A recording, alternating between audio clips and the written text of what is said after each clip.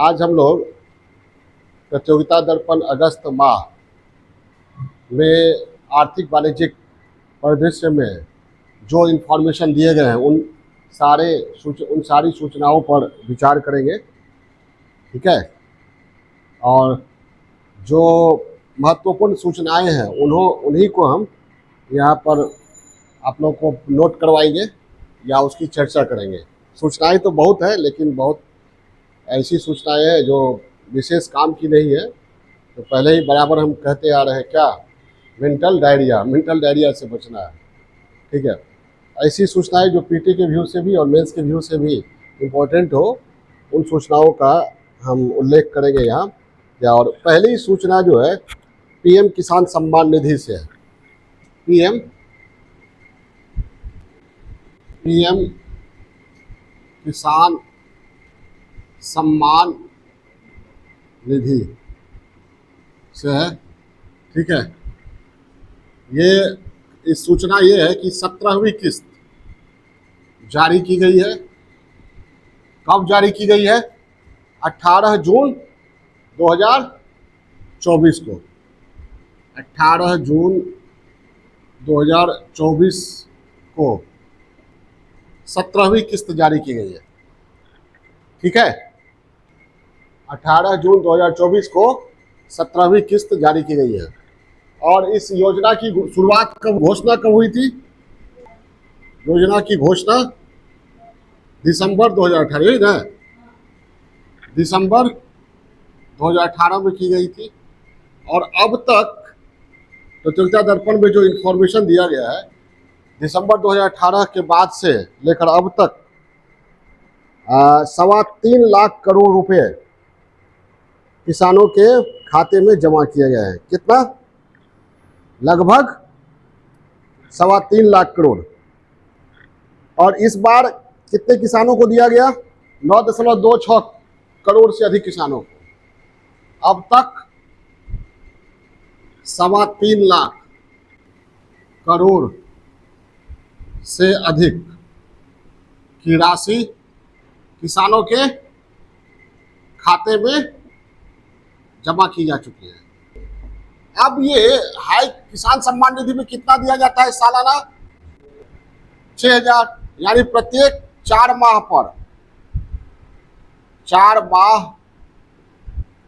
पर कितना? 2,000। सालाना कितना हो गया? 6,000। ठीक है। और तरीका क्या है देने का? डिलीवरी का डीबीटी। क्या? डायरेक्ट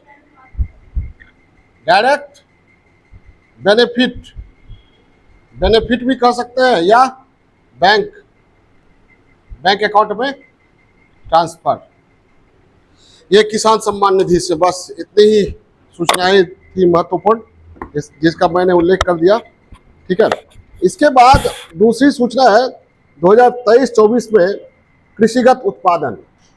कृषि मंत्रालय के अग्रिम अनुमान के अनुसार दूसरी सूचना है कृषिगत उत्पादन 2023-24 में कृषिगत उत्पादन किसके अनुसार? कृषि मंत्रालय के तीसरे अग्रिम अनुमान। कृषि मंत्रालय के तीसरे अग्रिम अनुमान। तो ये अग्रिम अनुमान हमेशा चलता रहेगा। ठीक है। जब आप एग्जाम देने जा रहे हो उस समय जो निकट में अग्रिम अनुमान दिया गया हो, अगर तो उसका इंफॉर्मेशन आप कलेक्ट करके एग्जाम में जा सकते हैं। ये हर अग्रिम अनुमान को रटने की जरूरत नहीं है। समझ भाई बात? और रटिएगा तो वो दिमाग में रहेगा भी नहीं। तो अभी हाल में कोई एग्जाम हो तो इस अग्रिम अनुमान को देख लीजिए। खाली इसमें जो पेज 24 में बाएं साइड में लास्ट में समेरी दिया हुआ है 2023-24 में प्रमुख कृषिगत उत्पादन तीसरे अग्रिम अनुमान। कुल खाद्यान्न उत्पादन कितना है? ये कम से कम याद रखना चाहिए, 3288.52 लाख मीट्रिक टन। कितना है कुल खाद्यान्न उत्पादन? कुल कितना है? 3288 आए आगे बोलिए ना 52 लाख मीट्रिक टन। बात मत कीजिए, हम जो पूछे ना उतना जवाब दें। कितना है? 3288.52 लाख मीट्रिक टन है। ठीक है, ये आप याद रख सकते हैं, यानी कह सकते हैं ये क्या हुआ, 32-33 करोड़ टन हुआ ना, 32-33 करोड़ टन हुआ ना। ये मोटा मोटी आंकड़ा आप अपने दिमाग में रख सकते हैं। कहीं पर निबंध लिखने, कृषि पर आप निबंध लिख रहे हैं, कृषि क्षेत्र में आजादी के बाद क्या परिवर्तन हुए हैं। जब हमारा देश आजाद हुआ था तो उस समय 5 करोड़ टन अनाज का उत्पादन होता था। आज कितना हो रहा है? 32 करोड़ टन से अधिक, यानी 6 गुना से अधिक। आबादी भी बढ़ी है। ठीक है, तो ये मोटा मोटी आंकड़ा आप याद रख सकते हैं, पूरा याद रखने की जरूरत नहीं है, रहेगा भी नहीं। 3288.52 लाख मीट्रिक टन अनाज का उत्पादन हुआ है कब? 23-24 में। ये भी अग्रिम अनुमान है। ये चावल का दिया हुआ है, गेहूं, मक्का, सी अन्न का थोड़ा सा याद कर लीजिए। सी अन्न का कितना है? 174.08 श्री अन्न समझ रहे ना? 174.08 लाख मीट्रिक टन है सी अन्न का उत्पादन हुआ। यानी अच्छा खासा उत्पादन होता है हमारे यहाँ सी अन्न का। और सी अन्न जो है क्या है, आप लोग पढ़े ही है। 2023 को ये ईयर माना गया अंतर्राष्ट्रीय वर्ष सी अन्न का। तो इसमें पौष्टिक तत्व भरपूर रहते हैं। अब यहाँ पर पेज 24 में ही बहुत ही इंपॉर्टेंट पीटी के लिए इंफॉर्मेशन दिया हुआ है। प्रमुख उत्पादक 5 राज्य है। चावल में कौन कौन है ये आप लिख सकते हैं, प्रमुख उत्पादक राज्य। ये अपना नोट कर सकते हैं आप, प्रमुख उत्पादक राज्य चावल में कौन कौन है बताइए। पहले कौन हुआ करता था? आंध्र। जब तेलंगाना अलग नहीं था तब प्रथम स्थान पर कौन हुआ करता था? आंध्र। अब कौन है? तेलंगाना। उसके बाद यूपी, जल्दी जल्दी बोलिए। पश्चिम बंगाल, WB यहां लिखे, पंजाब, उड़ीसा। अब इसमें पूछा जा सकता है प्रथम तीन सबसे बड़े उत्पादक राज्य कौन है? ठीक है, तेलंगाना, यूपी, वेस्ट बंगाल है। अब इसमें तेलंगाना, यूपी, पंजाब दे देगा, यूपी, वेस्ट बंगाल, उड़ीसा दे देगा। 4 ऑप्शन हो सकता है ना, तो आप वो ध्यान में रखिए। गेहूं यूपी, MP और पंजाब, हरियाणा, राजस्थान। गेहूं में कौन कौन? ये यूपी आ गया, MP आ गया, पंजाब, यहाँ तेलंगाना है ही नहीं। ठीक है, उसके बाद इसी तरह ज्वार, बाजरा, मक्का, रागी, छोटे मिलेट्स, जौ, दालें, उड़द, मूंग, मसूर, तूर मतलब अरहर। ये सब का आप नोट कर सकते हैं। ठीक है, और सबसे पूछा जा सकता है, ये आपको रहना चाहिए ध्यान में। ये आप लोग कर लीजिएगा ना, मैगजीन में है ही। आगे बढ़ते हम लोग। ठीक है, उसके बाद तीसरा इंफॉर्मेशन है न्यूनतम समर्थन मूल्य से। किससे है तीसरा इंफॉर्मेशन? किससे है? विपणन सत्र 2024-25 के लिए खरीफ फसलों के लिए न्यूनतम समर्थन मूल्य है। किसके लिए? खरीफ फसलों के लिए न्यूनतम समर्थन मूल्य, मिनिमम सपोर्ट प्राइस। ये आप लोग को बहुत बढ़िया से पढ़ा चुके हैं, डिटेल भी और डायग्राम में भी। कोई दिक्कत है? अब इसमें MSP कितने की घोषणा की गई है वो केवल देखना है। ये भी आप रटिएगा तो रटाएगा नहीं। ठीक है, तो कुछ मुख्य फसलों का MSP आप रट सकते हैं एग्जाम में जाने से पहले। MSP की घोषणा हर विपणन वर्ष में किया जाएगा ना। हाँ, या एक चीज आप ध्यान में दीजिए, खरीफ फसल में किसको किसको शामिल किया गया है? धान है, ज्वार है, बाजरा, रागी, मक्का। दाल में मूंग, उड़द है, तिलहन में मूंगफली, सूरजमुखी का बीज, सोयाबीन, तिल, कपास में नाइजर सीड, कपास है। ये सब खरीफ फसल है। ये याद है क्या ना? ये भी पूछा जा सकता है, निम्न में से कौन खरीफ फसल है? गेहूं है इसमें? हाँ, गेहूं रबी हो गया, ठीक है, ये भी पूछा जा सकता है। इसके बाद पेज 26 पर आइएगा, तो पेज 26 पर बाएं साइड में ऊपर में रेड बॉक्स में है। रेड बॉक्स में क्या है? एमएसपी को कैसे तय किया जाता है? एमएसपी की घोषणा, एमएसपी के बारे में निर्णय कौन लेता है? सीएसीपी अनुशंसा करता है, commission for agriculture cost price, कृषिगत मूल्य एवं लागत आयोग। ये क्या करता है? अनुशंसा करता है। निर्णय कौन लेती है? Cabinet committee on economic affairs, वही लेती है ना, ठीक है, मंत्रिमंडल लेता है। तो उसमें तरीका क्या है? देखिए यहां पर लिखा गया है, क्या ले तरीका? कृषिगत उपजों के लिए न्यूनतम समर्थन मूल्यों को उनकी अखिल भारतीय भारित औसत उत्पादन लागत से कम 1.5 गुना रखने की घोषणा 2018-19 के केंद्रीय बजट में की गई थी। कब की गई थी? All India weighted average cost of production. क्या? एमएसपी के बारे में 2018-19 के बजट में घोषणा की गई थी। क्या?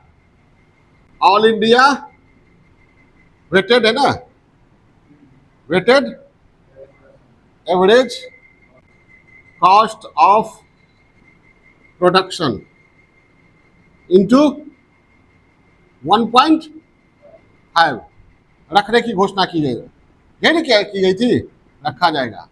अब ये देखना है, ये एवरेज कॉस्ट ऑफ प्रोडक्शन में किसको किसको शामिल किया है, यहां चर्चा की गई है। किसको किसको शामिल किया गया, बोलिए।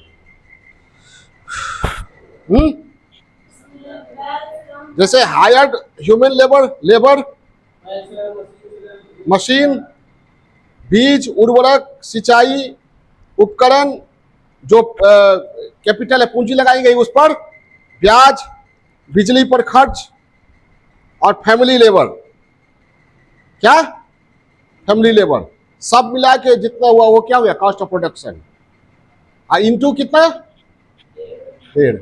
समझ में आई बात? यानी एमएसपी की घोषणा कैसे की जाती है? All India weighted average cost of production निकाला जाता है और उसका कम से कम 1.5 गुना, उससे कम नहीं होना चाहिए। याद है ना फॉर्मूला? ये याद रखिएगा, ठीक है। है वहां पेज 25 पर भी दिया हुआ है उत्पादन लागत, ठीक है। चलिए आगे। तो ये हो गया क्या? ये एमएसपी के बारे में। एमएसपी कितना किस फसल पर तय किया गया है वो उतना रखने की जरूरत नहीं है, फॉर्मूला जरूर याद रखिएगा। 1.5 गुना, हाँ। और ये फॉर्मूला, ये कॉस्ट कैसे निकाला, इसमें कॉस्ट में क्या क्या शामिल होगा, ठीक है, वो देख लीजिए। उसके बाद अब किस फसल की कितनी एमएसपी घोषित की, अगर याद रखना चाहें तो जब एग्जाम में देने जा रहे हैं आप, उस समय जो प्रमुख फसल है, जो चर्चित फसल है, जैसे धान है, गेहूं है, श्रीअन्न है, वगैरह वगैरह, ठीक है, उसके बारे में ध्यान रखें। चौथा इंफॉर्मेशन महाराष्ट्र में ग्रीनफील्ड बंदरगाह के निर्माण से संबंधित है। ये कहाँ? वधावन। कहाँ? वधावन। और इसको मंत्रिमंडल द्वारा 19 जून 2024 को मंजूरी दी गई है। महाराष्ट्र के पालघर जिले में ये बंदरगाह बन रहा है। जगह का नाम क्या है? वधावन। और ये होगा वधावन बंदरगाह, महाराष्ट्र का जिला पालघर। 19 जून 2024 को इसको मंत्रिमंडल ने स्वीकृति दिया है। बनाया जाएगा किसके द्वारा? वधावन पोर्ट प्रोजेक्ट लिमिटेड के द्वारा, ठीक है। इसकी लागत कितनी होगी? 76,220 करोड़ रुपया। और जब यह बन जाएगा तो 10 बंदरगाहों में होगा, विश्व के शीर्ष 10 बंदरगाहों में होगा, और 12 लाख व्यक्तियों को डायरेक्ट इंडायरेक्ट ये रोजगार प्रदान करेगा। और पीएम गति शक्ति कार्यक्रम के तहत यह बंदरगाह बनाया जा रहा है। बंदरगाह से संबंधित जितने इंफॉर्मेशन है वो हमने दे दिया आपको। चौथा इंफॉर्मेशन किससे है? किससे? वधावन बंदरगाह, ये कहां पर है, बनाया जा रहा है? महाराष्ट्र का पालघर जिला का, पालघर जिला। कैबिनेट मंत्रिमंडल की मंजूरी कब मिली है? 19 जून 2024। कुल लागत कितना रखा गया है?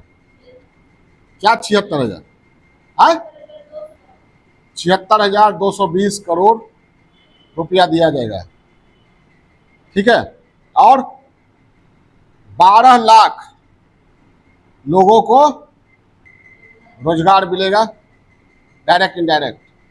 और जब बन जाएगा तो ये विश्व के टॉप 10 में होगा, 10 बंदरगाहों में होगा। और पीएम गति शक्ति योजना जो प्रधानमंत्री की है, उसके तहत इसको बढ़ावा दिया जाएगा। गति शक्ति में है, लेकिन इंफ्रास्ट्रक्चर मजबूत करना है।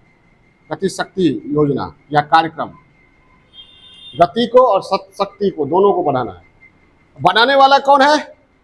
Wadhawan port project limited, VPPL, Wadhawan port project limited के द्वारा बनाया जाएगा। ओके, ये चौथा इंफॉर्मेशन था। चलिए, पांचवा इंफॉर्मेशन है विदेशी प्रत्यक्ष निवेश से। क्या 2023-24 का आंकड़ा दिया हुआ है। पांचवा information, foreign direct investment, FDI। ठीक है, फॉरेन डायरेक्ट इन्वेस्टमेंट यानी सकल विदेशी प्रत्यक्ष निवेश में गिरावट। सकल प्रत्यक्ष विदेशी निवेश, ये आंकड़ा है कब का? इधर देखिए, 2023-24 का। क्या आंकड़ा है कि पहले के वर्ष की तुलना में, यानी 22-23 की तुलना में गिरावट आई है। किसमें गिरावट आई है? FDI, प्रत्यक्ष विदेशी निवेश, इक्विटी इनफ्लो। क्या? इक्विटी इनफ्लो, यही है ना? देखिएगा, ब्रैकेट में दिया हुआ है, इक्विटी अंतर प्रवाह।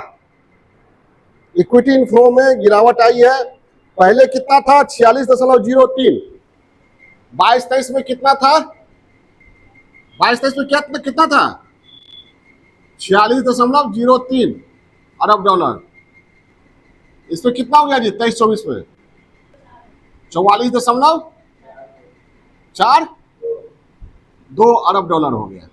ये इक्विटी इनफ्लो है। ओवरऑल FDI बोल्ड लेटर में दिया हुआ है। 22-23 में कितना था? लास्ट में दिया हुआ है, ये देखिए बोल्ड लेटर में लास्ट में। 22-23 में कितना था? 71.35 अरब डॉलर। 71.35 अरब डॉलर। और ये 2023-24 में कितना हो गया? 70.95। तो ये एक कंसेप्ट याद रखिए कि FDI में गिरावट आई है। गिरावट में आने का कारण भी बताया गया है कि सेवाओं, कंप्यूटर हार्डवेयर, सॉफ्टवेयर, दूरसंचार, ऑटो और दवा के क्षेत्र में गिरावट, निवेश में गिरावट। कौन कौन चीज क्यों आया है? गिरावट क्यों, ये भी बताया गया है। क्या बताया गया है? किन क्षेत्रों में? सेवाओं, सर्विस सेक्टर में। सर्विस सेक्टर में क्या? हार्डवेयर, ये सॉफ्टवेयर, फार्मा क्या? दवा, ऑटोमोबाइल, टेलीकॉम में निवेश में गिरावट। ठीक है, और प्रमुख निवेशक के रूप में 3 कौन अभी भी बना हुआ है? सर्वाधिक विदेशी निवेशक किस देश के हैं बताइए? इसमें दिया हुआ है सिंगापुर, मॉरिशस और अमेरिका। सिंगापुर सबसे ज्यादा निवेशक यहाँ से निवेश हुआ है, उसके बाद मॉरिशस, उसके बाद अमेरिका। ये प्रमुख 3 निवेशक। 5वां इंफॉर्मेशन ये था। 6ठा इंफॉर्मेशन आइए, मॉनेटरी पॉलिसी से, मौद्रिक नीति से है। किसकी? RBI की मौद्रिक नीति। अच्छा, एक मिनट और, प्रत्यक्ष विदेशी निवेश का आंकड़ा कौन जारी करता है, ये भी कभी कभी पूछा जा सकता है। कौन जारी करता है? वाणिज्य एवं उद्योग मंत्रालय जारी करता है। और वाणिज्य एवं उद्योग मंत्रालय की शाखा है का department of promotion of industry and internal trade, DPITT, department of promotion of industry and internal trade. ठीक है, वाणिज्य एवं उद्योग मंत्रालय कौन जारी करता है? वाणिज्य एवं उद्योग मंत्रालय के अंतर्गत क्या? DI, डिपार्टमेंट ऑफ क्या है? Department of DIP, promotion of DP, हाँ IIT, department of promotion. Sorry जल्दबाजी के चक्कर में हो जाता है। बोलिए तो, अंतर्गत DPIIP, फुल फॉर्म क्या हुआ? डिपार्टमेंट, यहाँ department for promotion of industry and internal trade,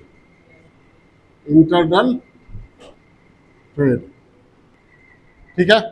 छठा इंफॉर्मेशन है RBI की मौद्रिक नीति से। RBI की मौद्रिक नीति, RBI मौद्रिक नीति कब जारी करता है? वर्ष में कितनी बार जारी करता है? वर्ष में 6 बार, यानी द्वैमासिक। क्या? द्वैमासिक। तो पहली बार कब जारी किया जाएगा? वित्तीय वर्ष के शुरुआत में, अप्रैल में जारी किया जाएगा, अप्रैल मई के लिए। फिर जून में जारी किया जाएगा, जून जुलाई के लिए। तो ये दूसरी बार किया गया है ना? दूसरी बार है ना। देखिए कब जारी किया गया है? 7 जून 2024 को। वित्तीय वर्ष 2024-25 चल रहा है। वित्तीय वर्ष 2024-25 का दूसरी बार जारी किया गया है। कब? 7 जून 2024 को। ये कब तक के लिए रहेगा? जून जुलाई के लिए। फिर जारी किया जाएगा कब? तीसरी बार कब जारी किया जाएगा? अगस्त में। वो अगस्त सितंबर के लिए रहेगा। चौथी बार अक्टूबर में, वो रहेगा अक्टूबर नवंबर के लिए। फिर दिसंबर में, दिसंबर जनवरी के लिए रहेगा। फिर फरवरी में, फरवरी मार्च के लिए रहेगा। 6 बार हो गया ना, मार्च टू मार्च, 1 अप्रैल से 31 मार्च, समझ गए ना।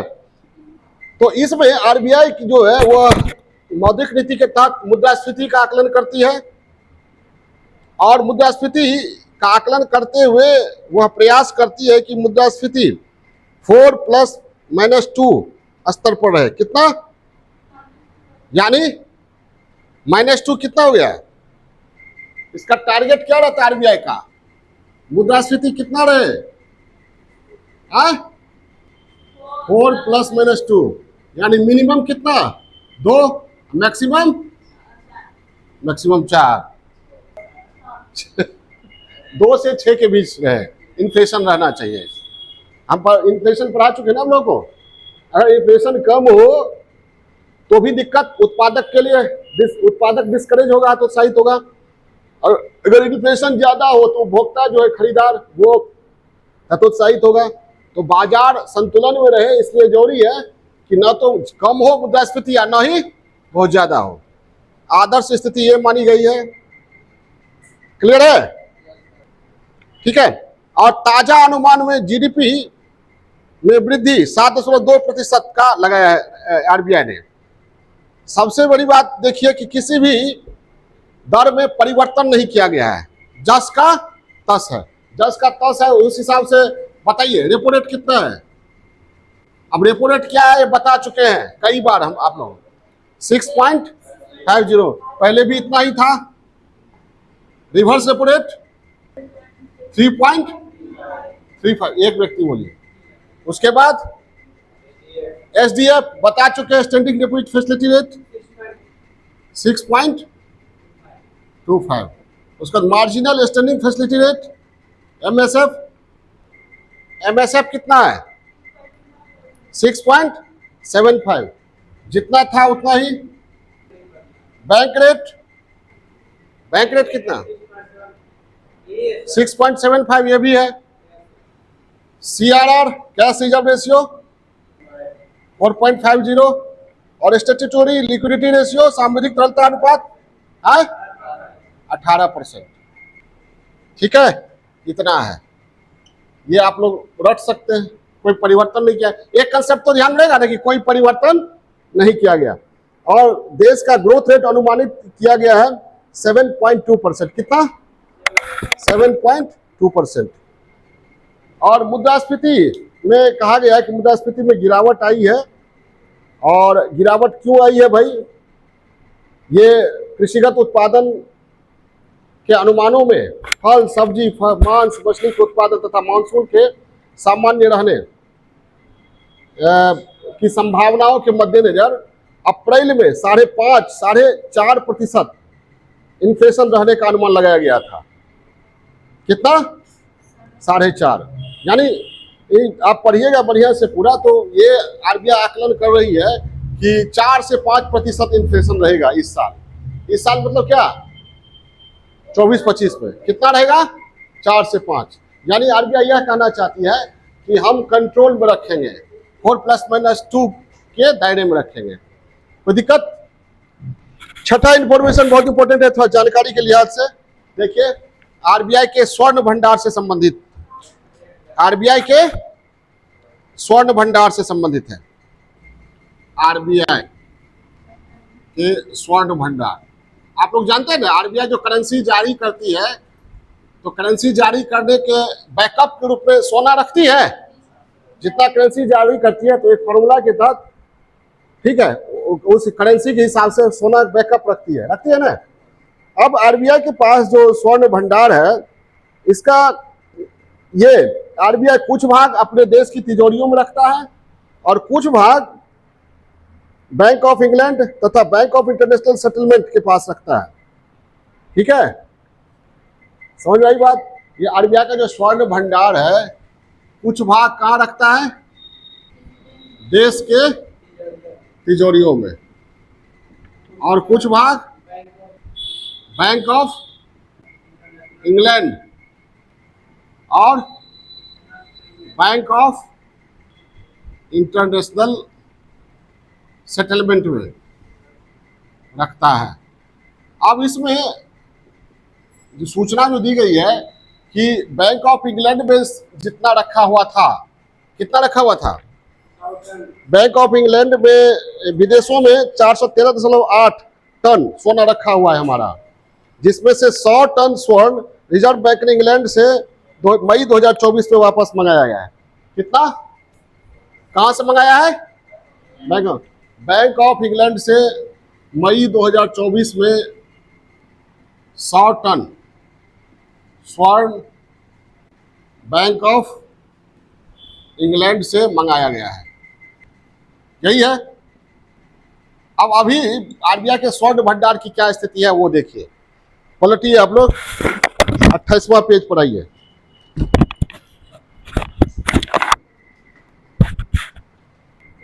देखिए, एक मिनट सुनिए इधर। आरबीआई का जो स्वर्ण भंडार होता है, कुछ भाग ये देश की तिजोरियों में रखता है। कहाँ रखता है?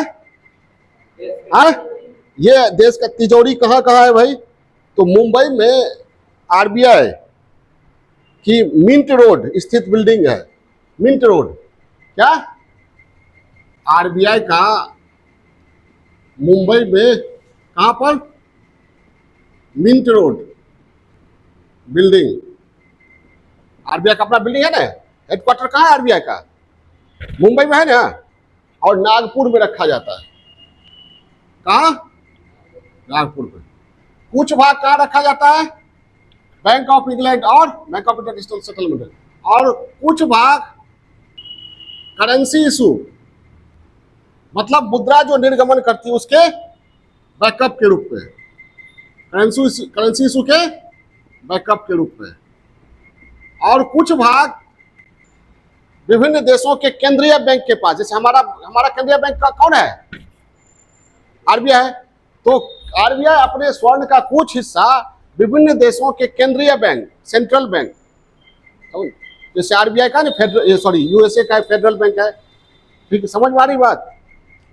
तो विभिन्न देशों के केंद्रीय बैंकों के पास रखते हैं, बैंकों के पास रखते हैं।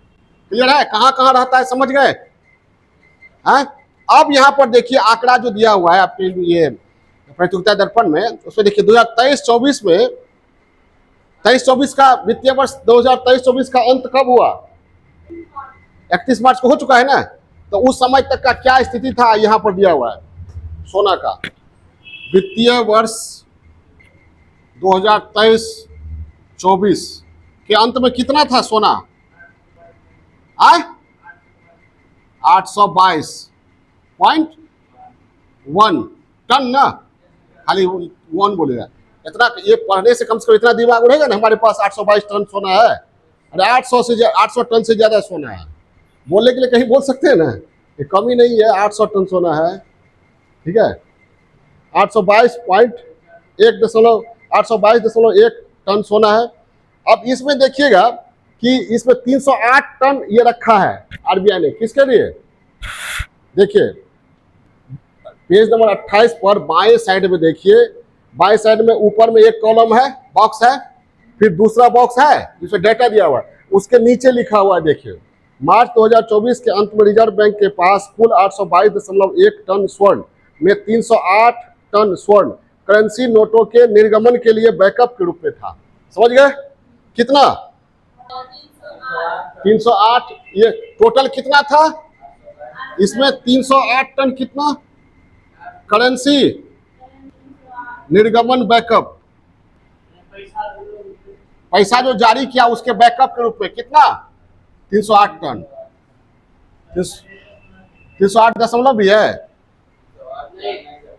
308 टन।